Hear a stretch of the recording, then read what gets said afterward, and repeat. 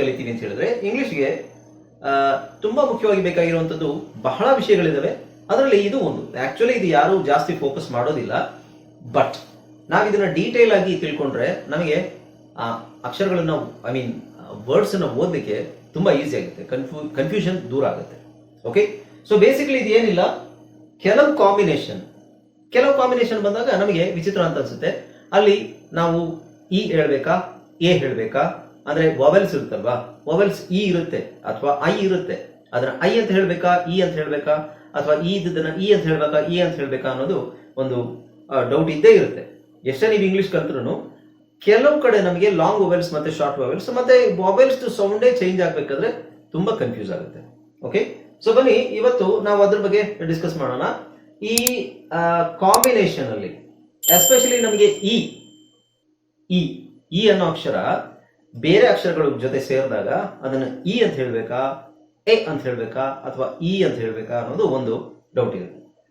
Hi friends, ಇದೊಂದು ವಿಶೇಷ ಸೂಚನೆ. ನಮ್ಮಲ್ಲಿ ಇದೀಗ ಆನ್ಲೈನ್ ಸ್ಪೋಕನ್ ಇಂಗ್ಲಿಷ್ ಕೋರ್ಸ್ನ ಹೊಸ ಬ್ಯಾಚ್ ಶುರುವಾಗಿದೆ. ನೀವು ಇನ್ಮೇಲೆ ಎಲ್ಲೂ ಹೊರಗಡೆ ಹೋಗಿ ಇಂಗ್ಲಿಷ್ ಕಲಿಯುವ ಅವಶ್ಯಕತೆ ಇಲ್ಲ. ಮನೆಯಲ್ಲೇ ಕೂತ್ಕೊಂಡು ಯಾವುದೇ ಟೆನ್ಷನ್ ಇಲ್ಲದೆ, ಏನು ಮುಗಿದಿರಬಿಲ್ಲದೆ ಇಂಗ್ಲಿಷ್ ಮಾತಾಡೋದನ್ನ ಕಲಿಯಬಹುದು. ಸ್ನೇಹಿತರೆ, ಸ್ಪೋಕನ್ ಇಂಗ್ಲಿಷ್ ಮಾತ್ರ ಅಲ್ಲ, ನಿಮಗೆ ಇಂಗ್ಲಿಷ್ ಓದಲಿಕ್ಕೆ ಬರಲಿಕ್ಕೆ ಬರಲ್ಲ ಅಂತ ಇಟ್ಕೊಳ್ಳಿ. ಈಗ ಇಂಗ್ಲಿಷ್ ನಿಮಗೆ ಓದಲಿಕ್ಕೆ ಬರಲಿಕ್ಕೆ ಬರಲ್ಲ, ಬರೀ ಎಬಿಸಿ ಮಾತ್ರ ಗೊತ್ತು, ಅಥವಾ ಎಬಿಸಿ ಗೊತ್ತಿಲ್ಲ ಅಂತ ಇಟ್ಕೊಳ್ಳಿ. ಸೊ ಎಬಿಸಿ ಗೊತ್ತಿಲ್ಲ ಅಂತ ಪರವಾಗಿಲ್ಲ, ನಾವು ನಿಮಗೆ ಇಂಗ್ಲಿಷ್ ಬೇಸಿಕ್ ಇಂದನೇ ಓದಲಿಕ್ಕೆ ಮತ್ತೆ ಬರಲಿಕ್ಕೆ ಸಹ ಹೇಳ್ಕೊಡ್ತೀವಿ. ಅದು ಅಲ್ಲದೆ ನೀವು ಒಂದು ಕನ್ನಡ ಬರಲ್ಲ ಅಂತ ಇಟ್ಕೊಳ್ಳಿ, ಕನ್ನಡ ಹೇಳ್ಕೊಟ್ಟು ಕನ್ನಡದಿಂದ ಇಂಗ್ಲಿಷ್ ಹೇಗೆ ಓದೋದು, ಕನ್ನಡ ಹೇಳ್ಕೊಟ್ಟು ಅದರ ಮೂಲಕ ಇಂಗ್ಲಿಷ್ ಹೇಗೆ ಕಲಿಯೋದು ಅನ್ನೋದನ್ನ ನಾವು ಈ ಕೋರ್ಸ್ ಅಲ್ಲಿ ಇನ್ಕ್ಲೂಡ್ ಮಾಡಿದ್ದೀವಿ. ಸ್ನೇಹಿತರೆ, ಈ ಕೋರ್ಸ್ ಅನ್ನ ಚಿಕ್ಕ ಮಕ್ಕಳನ್ನು ಹೊರತುಪಡಿಸಿ ಬೇರೆ ಯಾರು ಬೇಕಾದ್ರೆ ಈ ಕೋರ್ಸ್ಗೆ ಜಾಯ್ನ್ ಆಗಬಹುದು. ನೀವು ಕೆಲಸ ಹೋಗಿರ್ಬೋದು, ಮನೆಯಲ್ಲಿ ಇರಬಹುದು, ಅಥವಾ ನೀವು ಯಾವುದೋ ಬಿಸಿನೆಸ್ ಮಾಡ್ತಾ ಇರಬಹುದು. ಓಕೆ, ಸೊ ಯಾರು ಬೇಕಾದ್ರೂ ಈ ಕೋರ್ಸ್ ಜಾಯ್ನ್ ಆಗಬಹುದು. ಹಾಗಾದ್ರೆ ಸ್ನೇಹಿತರೆ, ತಡ ಯಾಕೆ, ಈ ಸ್ಪೋಕನ್ ಇಂಗ್ಲಿಷ್ ಕೋರ್ಸ್ ಮತ್ತು English basic reading and writing course ಅನ್ನ ಜಾಯ್ನ್ ಆಗಬೇಕು ಅಂತ ಆಸಕ್ತಿ ಇರೋರು ಈ ಕೂಡಲೇ ನಿಮ್ಮ ಫೋನ್ ತೆಗೆದುಕೊಳ್ಳಿ ಹಾಗೂ ಇಲ್ಲಿ ಬರ್ತಿರುವಂತಹ ನಂಬರ್ಗೆ ಅಥವಾ ಕೆಳಗಡೆ ಬರ್ತಾ ಇರುವಂತಹ ನಂಬರ್ಗೆ ನೀವು ಕರೆ ಮಾಡತಕ್ಕದ್ದು ಅಥವಾ ವಾಟ್ಸ್ಆಪ್ ನಲ್ಲಿ ಸಂಪರ್ಕಿಸಿ ನಿಮ್ಮ ಹೆಸರನ್ನ ರಿಜಿಸ್ಟರ್ ಮಾಡಿಕೊಳ್ಳಿ. 3 sounds of DE. DE ಬಂದಾಗ ಡೆ ಅಂತಾನು ಹೇಳ್ತೀವಿ, ಡಿ ಅಂತ ಹೇಳ್ತೀವಿ. ಇನ್ಫ್ಯಾಕ್ಟ್ ಇದು ಡೇ ಅಂತ ಇರೋದಿದೆಯಲ್ಲ, ಇದೇ ಜಾಸ್ತಿ ಇರುತ್ತೆ. ಕಾಮನ್ ಆಗಿ ನಾನು ಫೋನಿಕ್ಸ್ ಅಲ್ಲಿ ಏನ್ ಹೇಳ್ಕೊಟ್ಟಿದ್ದೀನಿ ಅದೇ ಜಾಸ್ತಿ ಇರುತ್ತೆ. ಡಿಇ ಬಂದಾಗ ಡಿಇ ಬಂದಾಗ ಡಿ.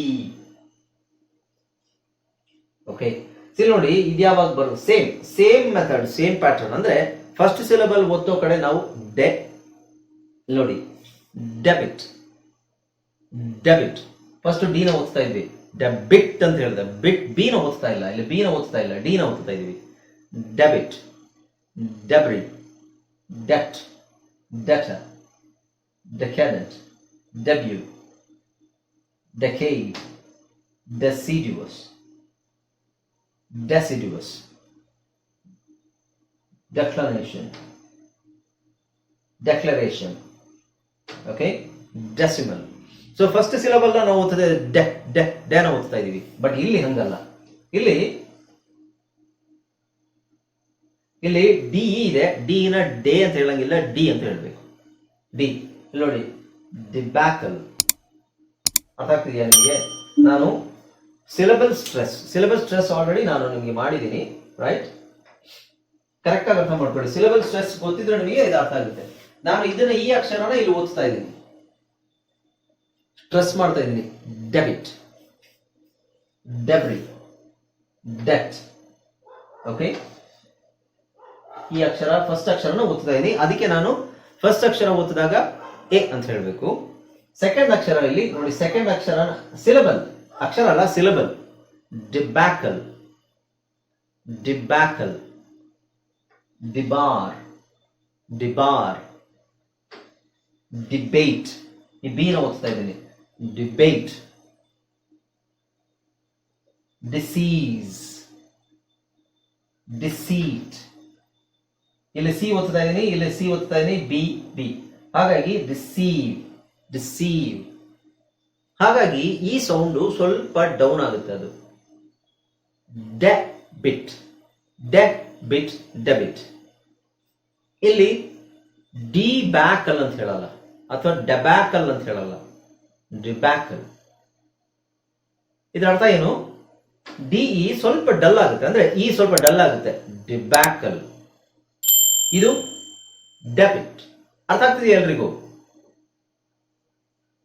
ಓಕೆ, ಈ ತರ ನೀವು ಅರ್ಥ ಮಾಡ್ಕೊಂಡ್ರೆ ಮಾತ್ರ ಡಿ ಎಲ್ಲಿ ಹೇಳ್ತೀವಿ, ಯಾಕೆ ಕಾರಣ ಅಲ್ಲಿ ಡಿ ಅಂತ ಯಾಕೆ ಹೇಳ್ತೀವಿ, ಡೇ ಅಂತ ಯಾಕೆ ಹೇಳ್ತೀವಿ ಅನ್ನೋದು ನಿಮಗೆ ಅರ್ಥ ಆಗುತ್ತೆ ಕಂಪ್ಲೀಟ್ ಆಗಿ. ಓಕೆ, ಸೊ ಇನ್ನು ಡಿ ಅಂತ ಹೇಳಬೇಕಾದ್ರೆ ಡಿ ಅನ್ನೋದಕ್ಕೆ ಒಂದು ಕಾಮನ್ ಫ್ಯಾಕ್ಟರ್ ಏನಂತ ಹೇಳಿದ್ರೆ ಕೆಲವುದು deactivate, decode, degrade, degenerate. So ಒಂದು ಪದ ಆಲ್ರೆಡಿ ಇರುತ್ತೆ, ಅದ್ರದ್ದು reverse activate, deactivate, toxify, detoxify, ಅಂದ್ರೆ ಅದರದ್ದು ರಿವರ್ಸ್ ಪದ ಅಂತ ಕೆಲವು. ಅದು ಒಂದು ಪ್ಯಾಟರ್ನ್ ಅಷ್ಟೇ, ಎಲ್ಲದೂ ಹಾಗೆ ಬರಲ್ಲ. ಈಗ deacon, deacon, deacon, deacon. So ಇಲ್ಲಿ ಈ ಡಿ ಎ ಇದೆ, ಅದನ್ನ ಬಿಟ್ಬಿಡೋಣ. Deal, dean, debug. ಸೊ ಇಲ್ಲೂ ಅಷ್ಟೇ ನಾವು ಫಸ್ಟ್ ಸಿಲೆಬಲ್ ನ ಸ್ಟ್ರೆಸ್ ಮಾಡ್ತೀವಿ, ಫಸ್ಟ್ ಸಿಲೆಬಲ್ ನ ಸ್ಟ್ರೆಸ್ ಮಾಡ್ತೀವಿ. ಸೆಕೆಂಡ್ ಸಿಲೆಬಲ್ ಸ್ಟ್ರೆಸ್ ಮಾಡಬೇಕಾದ್ರೆ ಮಾತ್ರ ಅದು ನಮಗೆ ಸೌಂಡ್ ಕಮ್ಮಿ ಆಗುತ್ತೆ. ಅಂದ್ರೆ ಡಿಬ್ಯಾಕಲ್, ಡಿಬೇಟ್. ಇಲ್ಲಿ ಡಿ ಫಸ್ಟಿಗೆ ಹೇಳ್ಬೇಕಾದ್ರೆ ಡೀಕನ್, ಡೀಲ್, ಡೀನ್, ಡಿಬಗ್. ನೋಡಿ ಬಗ್ ಅನ್ನೋದು ಒಂದು ಪದ, ಸಪರೇಟ್ ಪದ, ಅದಕ್ಕೆ ನಾವು ಡಿ ಹಾಕಿದಾಗ debug. Decay, decency, decent, delay. ನೋಡಿ ಎಲ್ ಎ ವೈ ಒಂದು ಸಪರೇಟ್ ಪದ, ಡಿಲೇ, ಡಿಲೇ, ಡಿಲೇ. ಡಿಕೋಡ್, ನೋಡಿ ಕೋಡ್ ಒಂದು ಸಪರೇಟ್ ಪದ, ಕೋಡ್, CODE, ಕೋಡ್ ಒಂದು ಸಪರೇಟ್ ಪದ, ಅದಕ್ಕೆ ನಾವು ಡಿ ಹಾಕಿದಾಗ D code, code, D code. Compose, compose ಒಂದು ಪದ, ಡಿಕಂಪೋಸ್ ಇನ್ನೊಂದು ಪದ.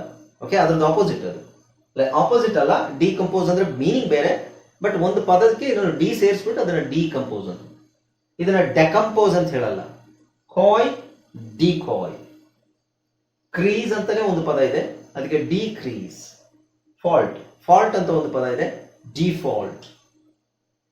ಆಮೇಲೆ ಇನ್ನೊಂದು ಕೆಲವು ಪ್ರೊನೌನ್ಸಿಯೇಷನ್ ಅಲ್ಲಿ ಇದನ್ನ ಡಿಫಾಲ್ಟ್ ಅಂತಾನು ಹೇಳ್ತಾರೆ. ಡಿಫಾಲ್ಟ್, ಡಿಫಾಲ್ಟ್ ಅಂಡ್ ಡಿಫಾಲ್ಟ್ ಎರಡು ತರನು ಹೇಳ್ತಾರೆ. ಇದನ್ನು ಅಷ್ಟೇ. ಡಿಫೇಮ್, ಇಲ್ಲಿ ನೋಡಿ, ಇಲ್ಲಿ ಡಿಫೇಮ್, ಡಿಫೇಮ್ ಅಂತ ಹೇಳಲ್ಲ, ಡಿಫೇಮ್, ಡೆಫಮೇಷನ್. ಇಲ್ಲಿ ಡೆ, ಇಲ್ಲಿ ಡಿ, ಡೆಫಮೇಷನ್, ಡಿಫೇಮ್. ಓಕೆ, ನೆಕ್ಸ್ಟ್ ಡಿ ಫಾರೆಸ್ಟೇಷನ್, ಎಫಾರೆಸ್ಟೇಷನ್, ಡಿಫಾರೆಸ್ಟೇಷನ್. ಡಿ ಡಿ ಇದು ಅಷ್ಟು ಡಿಫಮೇಷನ್, ಅಥವಾ ಕೆಲವರು ಡೆಫಮೇಷನ್ ಅಂತ ಹೇಳ್ತಾರೆ. ಇಲ್ಲಿ ನೋಡಿ ಡೆಫಮೇಷನ್ ಅಂತ ಹೇಳ್ತಾರೆ, ಡಿಫಮೇಷನ್ ಅಂತ ಹೇಳ್ತಾರೆ. ಬಟ್ ಇದು ಡಿಫಾರ್ಮ್ ಅಲ್ಲ, ಡಿಫಾರ್ಮ್, ಡಿಫಾರ್ಮ್. ಸೊ ಇಲ್ಲಿ ಬರುವಂತದ್ದೆಲ್ಲ ನೀವು ಇ ಇ ಇ ಅಂತ ಹೇಳ್ಬೇಕು, ಇಲ್ಲಿ ಬರುವಂತದ್ದನ್ನ ಇ ಇ ಇ ಅಂತ ಹೇಳ್ಬೇಕು, ಇಲ್ಲಿ ಬರುವಂತದ್ದನ್ನೆಲ್ಲ ಎ ಎ ಎ ಹೇಳ್ಬೇಕು. ವರ್ಡ್ಸ್ ಸ್ವಲ್ಪ ಪ್ರಾಕ್ಟೀಸ್ ಮಾಡಿ. ಓಕೆ, ಪ್ರಾಕ್ಟೀಸ್ ಮಾಡಿದ್ರೆ ಮಾತ್ರ ಅದು ನಮಗೆ ಓದ್ತಾ ಓದ್ತಾ ಓದ್ತಾನೆ ಅದು ಸರಿಯಾಗಿ ಹೇಳ್ಬೇಕಾ ಅಂತ ಗೊತ್ತು. ಇಲ್ಲಿ ಇದರಲ್ಲಿ ನೋಡಿ, ಇದೆಲ್ಲ ನೀವು ಕಾಮನ್ ಆಗಿ ಅದು ಓದ್ತಾ ಓದ್ತಾ ಅಭ್ಯಾಸ ಆಗುತ್ತೆ ಹೊರತು ನಿಮಗೆ ನೋಡಿದ ತಕ್ಷಣ ಗೊತ್ತಾಗಲ್ಲ. ಅದು ನೋಡಿದ ತಕ್ಷಣ ಇಲ್ಲಿ ಸ್ಟ್ರೆಸ್, ಇದನ್ನು ಸ್ಟ್ರೆಸ್ ಮಾಡ್ಬೇಕಂತ ಗೊತ್ತಾಗಲ್ಲ. ನಾನು ನಿಮ್ಗೆ ಆಲ್ಮೋಸ್ಟ್ ಕಾಮನ್ ಇಂಗ್ಲಿಷ್ ಅಲ್ಲಿ ಕವರ್ ಆಗೋ ಎಲ್ಲಾ ವರ್ಡ್ಸ್ ಅನ್ನ ಸೆಲೆಕ್ಟ್ ಮಾಡಿ ಕೊಟ್ಟಿದ್ದೀನಿ. ಇದನ್ನೇ ಪ್ರಾಕ್ಟೀಸ್ ಮಾಡಿದ್ರು ಸಾಕು. ನೀವು default, defame, deform, defect, difference ಈ ತರ ಪ್ರಾಕ್ಟೀಸ್ ಮಾಡಿದ್ರೆ ಸಾಕು. ಅದು ಮತ್ತೆ ಪ್ಯಾರಾಗ್ರಾಫ್ ಅಲ್ಲಿ ಬಂದಾಗ ನೀವು ಕರೆಕ್ಟ್ ಆಗಿ ಅದೇ ತರನೇ ಪ್ರೊನೌನ್ಸ್ ಮಾಡ್ತೀರಾ. ಹೆಂಗ್ ಗೊತ್ತಾಗುತ್ತೆ ಅಂತ ಹೇಳಿದ್ರೆ, ಅಲ್ಲ ಯಾಕಿದೆ ಅನ್ನೋದನ್ನ ನಾನು ರೀಸನ್ ಕೊಡ್ತೀನಿ. ಹೆಂಗ್ ಗೊತ್ತಾಗುತ್ತೆ ಅಂತ ಹೇಳಿದ್ರೆ, ಹೆಂಗ್ ಗೊತ್ತಾಗುತ್ತೆ ಅನ್ನೋದು ನೀವು ಹೇಳಿ ಪ್ರಾಕ್ಟೀಸ್ ಮಾಡಿರ್ತೀರಲ್ವಾ, ಹೇಳಿ ಹೇಳಿ ಪ್ರಾಕ್ಟೀಸ್ ಮಾಡಿದ್ರೆ ಅವಾಗ ಗೊತ್ತಾಗುತ್ತೆ ಹೊರತು ನೋಡಿದ ತಕ್ಷಣ ಗೊತ್ತಾಗೋದಿಲ್ಲ. ನೋಡಿದ ತಕ್ಷಣ ಕೆಲವೊಂದು technical, non technical methods use ಮಾಡಿದ್ರೆ, ನಾವು ಅದೇ ಹೇಳಿದ್ನಲ್ಲ, ಕೆಲವು ವರ್ಡ್ಸ್, ಆ ವರ್ಡ್ಸ್ ಡಿ ಕೋಡ್, ಕೋಡ್ ಬೇರೆ ಡಿ ಬೇರೆ ಸಪರೇಟ್ ಆಗಿ ಡಿ ಕೋಡ್ ಆಯ್ತು. ಟೈಲ್ ಬೇರೆ ಡಿ ಬೇರೆ, ಡಿ ಟೈಲ್ ಆ ತರ ಆಗುತ್ತೆ. ಬಟ್ ಅದು ಇಟ್ಸ್ ನಾಟ್ ಟೆಕ್ನಿಕಲ್. ಟೆಕ್ನಿಕಲ್ ಆಗಿ ಅಲ್ಲ, ನಾನ್ ಟೆಕ್ನಿಕಲ್ ಆಗಿ ಕೆಲವೊಂದನ್ನ ನಾವು ನಮ್ಮ ಮೆಥಡ್ ಮಾಡ್ಕೋಬೇಕು. ನೋಡಿ ಗ್ರೇಡ್, ಜನರೇಟ್, ಡಿ ಹಾಕಿದ್ರೆ ಡಿ ಜನರೇಟ್ ಅಂದ್ರೆ ನ ಎಳಿಬೇಕು. ಗ್ರೇಡ್, ಗ್ರೇಡ್ಗೆ ಡಿ ಹಾಕಿ ಡಿ ಗ್ರೇಡ್. ಹೈಡ್ರೇಷನ್ಗೆ ಡಿ ಹಾಕಿ ಡಿಹೈಡ್ರೇಷನ್. ಡಿಲಕ್ಸ್. ಓಕೆ, ಸೊ ಈ ತರ ಇನ್ನು ತುಂಬಾ ಇದೆ ನೋಡಿ. ನೋಡಿ ರೈಲ್, ರೈಲ್ಗೆ ಡಿ ಹಾಕಿ ಡಿ ರೈಲ್. ಟೈಲ್ಗೆ ಡಿ ಹಾಕಿ ಡಿ ಟೈಲ್. ಟೈಲ್ಗೆ ಡಿ ಹಾಕಿ ಡಿ ಟೈಲ್. ಇನ್ನೊಂದಿದೆ ನೋಡಿ, ಇಲ್ಲಿ ಡೆಮನ್, ಡೆಮನ್ಸ್ಟ್ರೇಟ್. ಇಲ್ಲಿ ಡಿಮಾನಿಕ್. ಇಲ್ಲಿ DEMO ಡೆಮನ್. ಇಲ್ಲಿ DEMON ಡಿಮಾನ್. ಇಲ್ಲಿ DEMON demon. Demon, ಡಿಮಾನಿಕ್, ಡೆಮನ್ಸ್ಟ್ರೇಟ್. D D. ಹಾಗೆ decent, decent, decent, descend, delegate. De, D, D. Okay? Sir video ಪೂರ್ತಿ ಕಾಣ್ತಾ ಇದೆ ಸರ್, ಬರೀ ಒಂದೈದು ಮಾತ್ರ ಕಾಣ್ತಾ ಇದೆ. ಹೌದಾ? ಯಾವಾಗಿಂದ? ಈಗ ಸರ್ ಜಸ್ಟ್ ಅದೇನೋ ಸ್ವಲ್ಪ ಸಮಸ್ಯೆ ಆಗಿದೆ. ಈಗ ಸರಿ ಆಯ್ತಲ್ಲ? ಹೌದು ಸರ್, ಈಗ ಕರೆಕ್ಟ್ ಆಗಿದೆ. ಅದು ಕೆಲವು ಸಲ ಇದಾಗ್ಬಿಡುತ್ತೆ ಅದು. ಗೊತ್ತಾಯ್ತಲ್ಲ? ಜಸ್ಟ್ ಒಂದು 5 ಸೆಕೆಂಡ್ಸ್ ಅಷ್ಟೇ ಸರ್ ಆಗಿದೆ. ಅದು ಮೋಸ್ಟ್ಲಿ ನಾನು ಇಲ್ಲಿ ಏನಾದ್ರು ಟಚ್ ಆಗಿರುತ್ತೆ ತೋರಿಸ್ತಾ ಇರ್ಬೇಕಾದ್ರೆ. ಹಾ, ಗೊತ್ತಾಯ್ತಲ್ವಾ?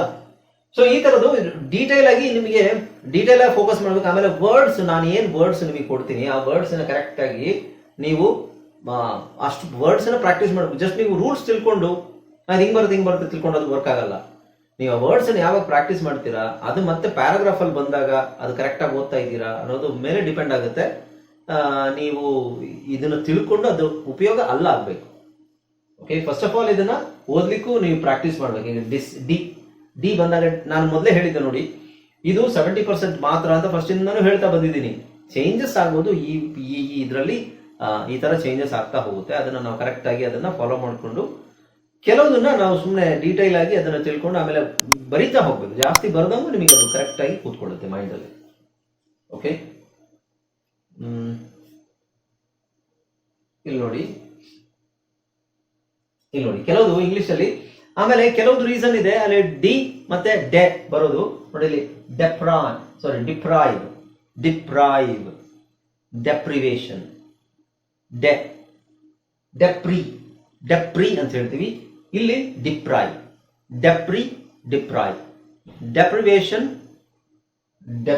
ಡಿಪ್ರೈವ್. ಓಕೆ, ಅದು ಇದು ಅಷ್ಟೇ ನೋಡಿ. ಡಿರೈವೇಶನ್ ಅಲ್ಲ, ಅದು ಡೆರಿವೇಶನ್. ಡೆರಿವೇಶನ್ ಇದು ಇಂಗ್ಲಿಷ್ ನಿಮಗೆ ರೀಡಿಂಗ್ ರೈಟಿಂಗ್ ಅಲ್ಲದೆ ಸ್ಪೀಕಿಂಗ್ ಅಲ್ಲಿ ಬಂದಾಗ ಸ್ವಲ್ಪ ಇದ್ರ ಬಗ್ಗೆ ಡೀಟೇಲ್ ಆಗಿ ಗೊತ್ತಾಗುತ್ತೆ. ಕೆಲವುದು ವರ್ಬ್ಸ್ ಮತ್ತೆ ನೌನ್ಸ್ ಅಂತ ಇರುತ್ತೆ. ವರ್ಬ್ಸ್ ಅನ್ನ ನಾವು ಈ ತರ ಹೇಳ್ತೀವಿ, ನೌನ್ಸ್ ಅನ್ನ ಈ ತರ ಹೇಳ್ತೀವಿ ಅಂತ ಒಂದು ಇದಿದೆ, ರೂಲ್ ಇದೆ. ಅವಾಗ ಅದು ಇನ್ನೂ ಸ್ವಲ್ಪ ನಿಮಗೆ ಆಡ್ ಆದಾಗ ಕರೆಕ್ಟ್ ಆಗಿ ಗೊತ್ತಾಗುತ್ತೆ. ನೌನ್ ಅನ್ನ ಈ ತರ ಹೇಳ್ಬೇಕು. ಈಗ ಉದಾಹರಣೆಗೆ ಕನ್ಫರ್ಮ್ ಅನ್ನೋದನ್ನ CON ಕನ್ ಅಂತ ಹೇಳ್ತೀವಿ. ಕನ್ಫರ್ಮ್ ಇಟ್ಸ್ ಅ ವರ್ಬ್, ಅದೊಂದು ಕ್ರಿಯಾಪದ. ಕಾನ್ಫರ್ಮೇಶನ್, ಕನ್ಫರ್ಮ್ ಎರಡು ಒಂದೇನೆ. ಅಲ್ಲಿ ATION ಚೇಂಜ್ ಸೇರ್ಕೊಳ್ಳುತ್ತಷ್ಟೇ. ಬಟ್ ಅಲ್ಲಿ ATION ಸೇರ್ಕೊಂಡಿದ ತಕ್ಷಣ ಅದು ಕಾನ್ಫರ್ಮೇಶನ್ ಆಗ್ಬಿಡುತ್ತೆ. ಕನ್ಫರ್ಮೇಶನ್ ಅಲ್ಲ, ಕಾನ್ಫರ್ಮೇಶನ್. ಈಗ ನಾನು ಕನ್ ಮತ್ತೆ ಕಾನ್ ಅಂತ ನಿಮಗೆ ಹೇಳ್ಕೊಟ್ಟಿದ್ದೀನಲ್ವಾ, ಸೇಮ್ ಅದೇ ತರನೇ ಇಲ್ಲೂ ಅದೇ ತರನೇ ಚೇಂಜ್ ಆಗುತ್ತೆ ಕೆಲವೊಂದೆಲ್ಲ. ಇಲ್ಲಿ ನೋಡಿ ಡಿಸೈನ್, ಇಲ್ಲಿ ATE ಇದೆ. Design, designate. ಇಲ್ಲಿ ಡಿಸೈನೇಟ್ ಅಲ್ಲ, designate. Okay, so next class continue ಮಾಡೋಣ. See you next class. Good night everybody.